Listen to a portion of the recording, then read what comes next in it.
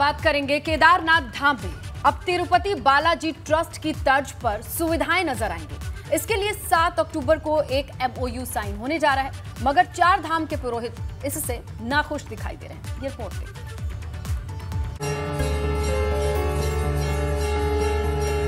केदारनाथ धाम देश के करोड़ों हिंदुओं के लिए आस्था का केंद्र है। एक तरफ केदारपुरी को और भव्य बनाया जा रहा है, तो वहीं आने वाले दिनों में केदारनाथ के दर्शन और सुखद होने जा रहे हैं। तिरुपति बालाजी मंदिर की तर्ज पर केदारनाथ धाम में व्यवस्थाएं संचालित होंगी। इसके लिए बद्री केदार मंदिर समिति आंध्र प्रदेश के तिरुपति बालाजी मंदिर ट्रस्ट से MOU साइन करेगी। हरिद्वार यात्रा पर आए थे, मुझे एयरपोर्ट पे मिले थे, मैंने उनसे बातचीत की और वो बड़े इंटरेस्टेड हो गए कि हम लोग केदारनाथ के साथ MOU साइन करना चाहते हैं, जिसमें काफ़ी चीज़ों का हमारा आपस में जो है मेमोरेंडम ऑफ अंडरस्टैंडिंग साइन होगा। अब वो आ रहे हैं और यहाँ आने के बाद हम लोग चाहेंगे कि एक तिरुपति बालाजी का ट्रस्ट बहुत बड़ा ट्रस्ट है, बहुत धनाढ्य ट्रस्ट है, तो उसकी जो चैरिटेबल एक्टिविटीज़ हैं वो हमारे केदारनाथ में हों और हमारे केदारनाथ के यात्रियों को भी वहाँ दर्शनों का लाभ मिले। इस प्रकार की कोई अंडरस्टैंडिंग के साथ हम लोग जो है एक साइन करेंगे MOU। तिरुपति बालाजी मंदिर में हर साल लाखों श्रद्धालु दर्शन के लिए जाते हैं। यहाँ मंदिर की व्यवस्थाओं का सही ढंग से संचालन होता है। ठीक उसी तरह की व्यवस्थाएं केदारनाथ धाम में भी करने की तैयारी है, मगर 4 धाम के तीर्थ पुरोहित सरकार के फैसले से नाराज हैं। पुरोहितों का कहना है कि सरकार को पहले उन्हें भरोसे में लेना चाहिए। इस योजना को क्रियान्वित करने से पहले सरकार को चाहिए या संबंधित विभाग को चाहिए कि वो केदारनाथ या बद्रीनाथ के वहाँ के तीर्थ पुरोहित हैं जो हकूकधारी इन मंदिरों से जुड़े हुए, उनसे वार्ता करे और ये बताने की कोशिश करे कि आखिर जो ये MOU तिरुपति बालाजी मंदिर ट्रस्ट से किया जा रहा है वो किस संदर्भ में किया जा रहा है। तो ये चीज़ें पहले क्लियर की जानी चाहिए और उसी के बाद जो है सरकार को इस तरह के स्टेप उठाना चाहिए। 7 अक्टूबर को इसे लेकर तिरुपति बालाजी मंदिर ट्रस्ट और बद्री केदार मंदिर समिति के बीच MOU साइन होने जा रहा है, मगर उससे पहले ही पुरोहितों का विरोध शुरू हो गया है। अब सवाल यह है कि पुरोहितों के विरोध के बीच ये काम होगा कैसे। देहरादून से ABP गंगा के लिए पंकज राणा की रिपोर्ट। उत्तरकाशी से अपडेट है। रेस्क्यू को लेकर के बड़ी अपडेट ये है कि मोर्चे पर हाई एल्टीट्यूड वॉरफेयर स्कूल के जाबाज लगे हैं।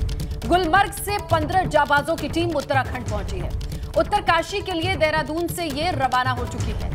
हाई एल्टीट्यूड वॉरफेयर स्कूल के ये जाबाज हैं जो कि हाई एल्टीट्यूड पर रेस्क्यू के काम को आसानी से कर सकते हैं। इनकी ट्रेनिंग है। इसके बारे में और भी डिटेल्स है ब्यूरो चीफ अजित राठी जी के पास। अजित जी, ये समझाइए कि ये जो पूरी टीम आ रही है, पहले ये अभी तक कहां पहुंची है और क्या खासियत है इनकी?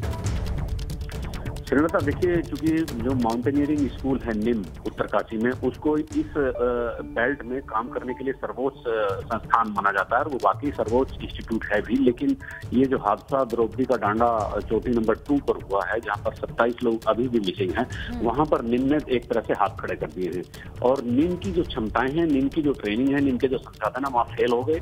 तो उसके बाद रक्षा मंत्रालय से गुलमर्ग में एक हाई एल्टीट्यूड वॉरफेयर स्कूल है, जिनको केवल ऊंचे ग्लेशियरों में केवल ट्रैकिंग का प्रशिक्षण ही नहीं है, वो युद्धाभ्यास भी वहां पर करते हैं। तो उनके पास इतने संसाधन और इतनी बड़ी ट्रेनिंग है कि वो उनकी 15 लोगों की team high altitude warfare school Gulmarg से देहरादून तो सुबह रात पहुंच गई थी और सुबह एक चौपर से उनको उत्तरकाशी के लिए रवाना कर दिया गया है।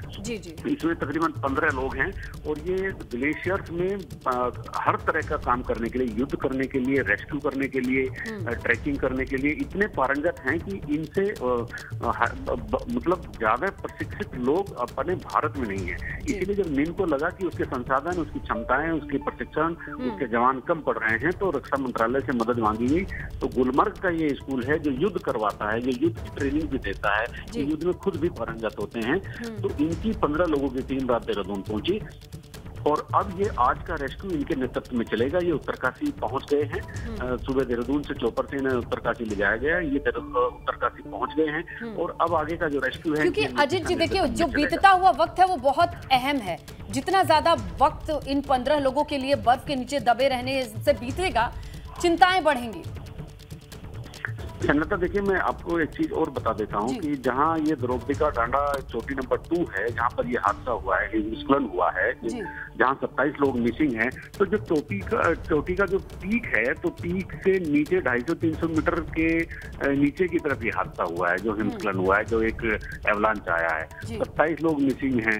तो वहां पर दोपहर 3-4 बजे के बाद मौसम परमिट ही नहीं करता आप किसी तरह का रेस्क्यू चला सकते हैं।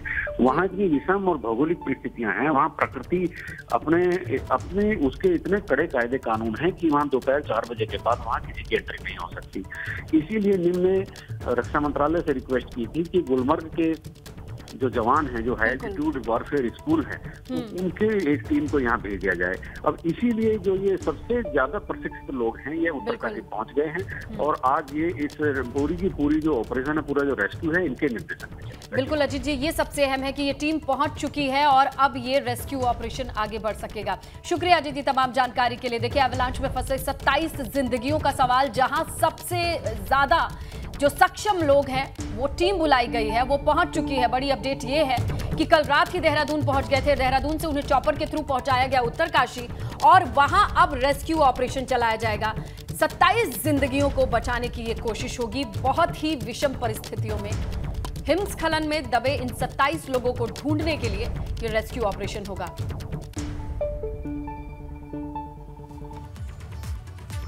और वहीं उत्तरकाशी में आज सुबह से रेस्क्यू ऑपरेशन दोबारा से शुरू कर दिया गया है। रात में ऑपरेशन को होल्ड कर दिया गया था। बादलों की वजह से हेलीकॉप्टर उड़ने में काफी दिक्कत हुई। बुधवार को पर्वतारोही टीम के 15 सदस्यों को बचाया गया और अभी भी कई पर्वतारोही द्रौपदी के डांडा में फंसे हुए हैं। इस बीच सेना के साथ वायुसेना, एनडीआरएफ, एसडीआरएफ का ऑपरेशन देवदूत भी जारी है। उत्तराखंड आपदा कंट्रोल रूम से मिली जानकारी के मुताबिक डांडा पर्वत पर आए हिमस्खलन की चपेट में 63 लोग आए थे। इनमें से 54 ट्रेनी और 9 प्रशिक्षक बताए जा रहे हैं। इनमें 4 लोगों की मौत की पुष्टि भी हो चुकी है, जिन्हें बताया जा रहा है कि इनके शवों को अस्पताल ले जाया गया। इस बीच मुख्यमंत्री पुष्कर सिंह धामी खुद उत्तरकाशी पहुंचे, रेस्क्यू ऑपरेशन की जानकारी ली। द्रौपदी के डांडा में फंसे पर्वतारोहियों के परिजनों से मुलाकात कर उन्हें भरोसा दिया गया है कि जो लोग वहां पर फंसे हैं, सरकार उन्हें सुरक्षित लेकर वापस आएगी। देखिए, तस्वीरें आपको दिखा रहे हैं। सेना ने जब मोर्चा संभाला उस वक्त की तस्वीर, हेलीकॉप्टर से रेस्क्यू की तस्वीरें, रेस्क्यू की जानकारी की तस्वीरें। इसके अलावा जो अलर्ट पर रेस्क्यू टीमें रही लगातार, उनकी तस्वीरें, राहत बचाव कार्य में किस तरीके के उपकरण लगाए जा रहे हैं, उसकी तस्वीरें आप देख सकते हैं। और रेस्क्यू टीम लगातार अलर्ट पर दिखाई दे रही है।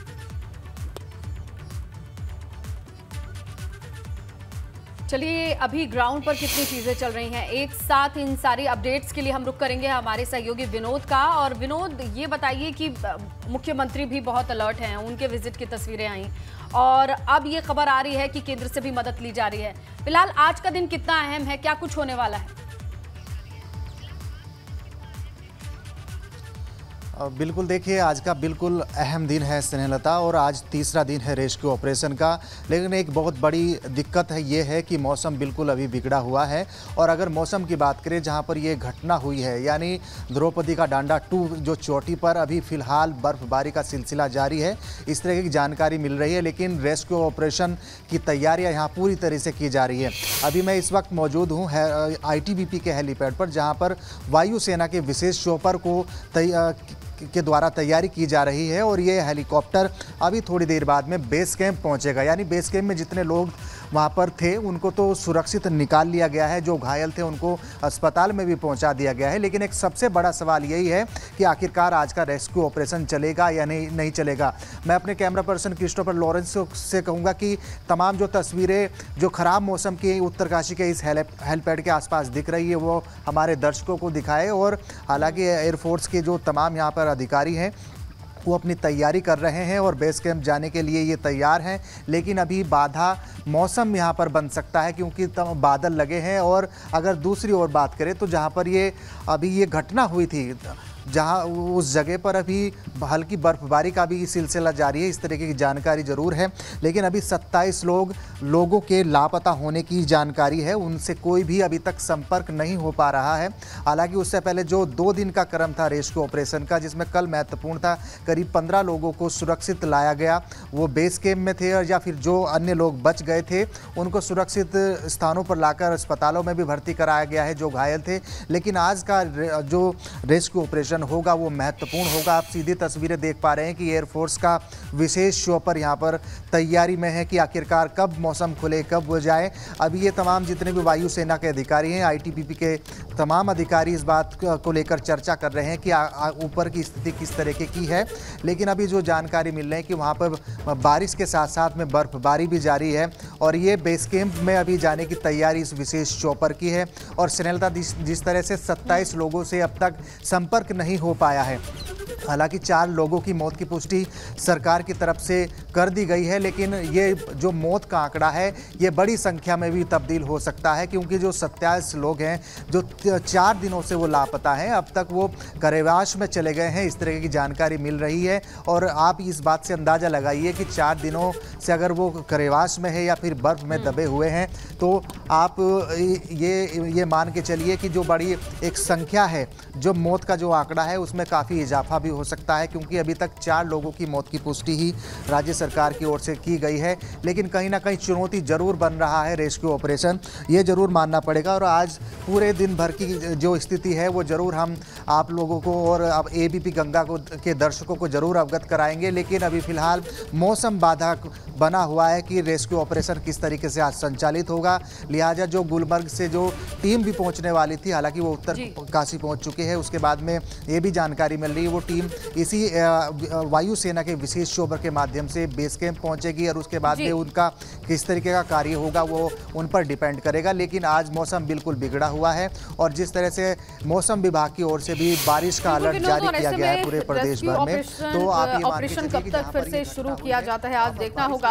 आप नजर बना के रखिएगा, आगे भी आपसे विनोद अपडेट लेंगे। फिलहाल के लिए आपका बहुत शुक्रिया तमाम जानकारी के लिए। बात करते हैं पौड़ी बस हादसे पर बड़ा खुलासा हुआ है। दूल्हे के कार ड्राइवर ने बताया कि बस में पहले से ही खराबी थी। बस हादसे में 32 लोगों की मौत हुई है, 18 लोगों का इलाज जारी है, कुल 50 के करीब लोग सवार थे। लेकिन बड़ा खुलासा यह है कि बस की सेहत ठीक नहीं थी, ये ठीक नहीं थी। और ड्राइवर ने यह कहा कि तकनीकी खराबी थी बस में पहले से, यानी ऑलरेडी जिस बस में प्रॉब्लम थी उसमें 50 लोग सवार हो गए और ऐसे रास्तों पर चल पड़े जो कि बहुत अनुकूल नहीं है। यह बड़ा खुलासा है पौड़ी बस हादसे में।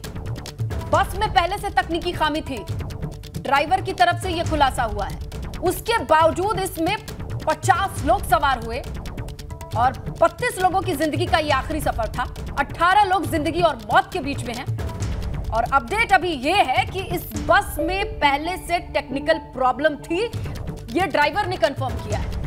अब यह मामला जांच का है, आगे जांच में जरूर खुलासा होना चाहिए कि क्या ऐसी खराब बसों पे भी 50 जिंदगियों को रिस्क में डाला जा सकता है। और वहीं पौड़ी बस हादसे में 32 लोगों की मौत हो गई, जबकि 18 लोग घायल हैं, अस्पताल में भर्ती करवा दिए गए हैं। कल हादसे के बाद से रेस्क्यू चलाया जा रहा है, जो कि पूरा भी हो चुका है। बस में कुल 50 लोग सवार थे। लाल ढांग से कांडा तल्ला जा रही बारातियों से भरी बस 300 मीटर गहरी खाई में जा गिरी। जो चश्मदीद हैं उनका कहना है कि बस घाटी में काफी नीचे तक गई। पूरी पहाड़ी पर लोग छिटके हुए दिखाई दिए। हादसे की जानकारी मिलते ही स्थानीय लोग मौके पर पहुंचे, उन्होंने मोर्चा संभाला और इसके बाद प्रशासन के लोगों को सूचित किया गया। तो रेस्क्यू ऑपरेशन पूरा हो चुका है। 32 लोगों की जान चली गई है। 50 लोग बताया जा रहा है कि इस बस में सवार थे। 32 लोगों की जान चली गई है। जो घायल लोग हैं उन सभी को हॉस्पिटलाइज किया गया है। सीधा रुख करते हैं हमारे सहयोगी दानिश रिजवान का और उनसे जानकारी लेते हैं। दानिश, जो ड्राइवर ने कहा है कि पहले से तकनीकी खामी थी, इस बाबत कुछ जांच हुआ, कोई सबूत मिले कि ड्राइवर सही कह रहा है या नहीं? स्नेहलता, मैं आपको बता दूं, इस पूरे विषय पे स्थानीय पुलिस जांच कर रही है, क्योंकि ड्राइवर ने जैसा बयान दिया है वो अपने आप में बहुत ही सोचने वाला विषय है कि अगर बस खराब थी तो उसे क्यों बारात के लिए भेजा गया। ये बहुत बड़ा एक विषय है। इससे पहले भी एक दुर्घटना यहाँ पर हुई थी जिसमें बताया गया था कि उसमें भी बस खराब थी। तो इस तरह की जो खराब बसें हैं वो अभी भी रोड पर चल रही हैं। इसमें प्रशासन की बड़ी लापरवाही है। इसको लेकर के जांच के आदेश दिए गए हैं और इस पूरे घटनाक्रम की जांच की जा रही है। फिलहाल रेस्क्यू ऑपरेशन समाप्त हो गया है। बताया जाता है बस के अंदर 51 यात्री सवार थे, जिनमें से 18 लोगों का इलाज पौड़ी में चल रहा है और एक का इलाज रामनगर में चल रहा है, जबकि 32 लोगों की जान जा चुकी है। जी, जो लोग घायल हैं उनकी क्या कंडीशन है? उन 18 लोगों में क्या कंडीशन है रिजवान? देखिए, जो लोग घायल हैं उनका इलाज पौड़ी के अस्पताल में चल रहा है, वो लोग अभी सब खतरे से बाहर हैं। वहीं एक यात्री का इलाज रामनगर के सरकारी अस्पताल में चल रहा है, वो सभी लोग सुरक्षित हैं। फिलहाल उन पे पूरी तरह से नजर रखा हुआ है स्वास्थ्य विभाग और उनकी पूरी देखभाल की जा रही है। जबकि 32 लोगों का पोस्टमार्टम कर उनको आज शवों को उनके परिजनों को सौंप दिया जाएगा। वहीं इस पूरे घटनाक्रम पर पौड़ी डीएम और एसएसपी नजर बनाए हुए हैं, कैंप कर रहे हैं वहीं पर और लगातार इस पूरी घटनाक्रम पर नजर बनाए हुए हैं। साथ ही इस पूरे मामले में जांच का आदेश दिए गए। उनका क्या कहना है, उनकी आप बीती उन्होंने क्या सुनाई? देखिए, उनका साफ तौर पे कहना था कि जिस समय बस नीचे गिरी वो लोग हल्की नींद में थे और जैसे उनको आवाज़ आई कि बस नीचे गिर गई, एक शोर लोगों ने मचाया, लेकिन जब तक कोई उसमें से कूद पाता या बाहर निकल पाता तब तक बस नीचे जा चुकी थी। बस के पलटने से कुछ यात्री बस से बाहर निकल गए जिससे उनकी जान बच पाई, क्योंकि जो ये पूरा इलाका था ये एक पहाड़ी है, उसके ऊपर पेड़ निकले हुए हैं। बस कई जगहों पर पेड़ में फंसते हुए नीचे जाकर के गिरी, तो कई यात्री बस से कूदने के कारण बचे हैं, ऐसा उनका कहना था। अगर वो नहीं कूद पाते तो शायद आज वो भी हमारे बीच ना होते। शुक्रिया रिजवान, आप नजर बना करके रखिएगा। फिलहाल जानकारी के लिए शुक्रिया। जो लोग इस हादसे में बचे हैं उनके लिए गहरे सदमे से कम नहीं है ये सफर। हालांकि जो ड्राइवर का बयान आया है स्नेहा, उस पर भी जांच होनी चाहिए, क्योंकि बड़ी बात कि पहले से बस खराब थी, बावजूद इसके इसमें 50 लोग बारात के लिए निकले थे। और ऐसे में अब ड्राइवर्स के बयान पर कितनी जानकारी और सामने आती है ये भी देखना होगा।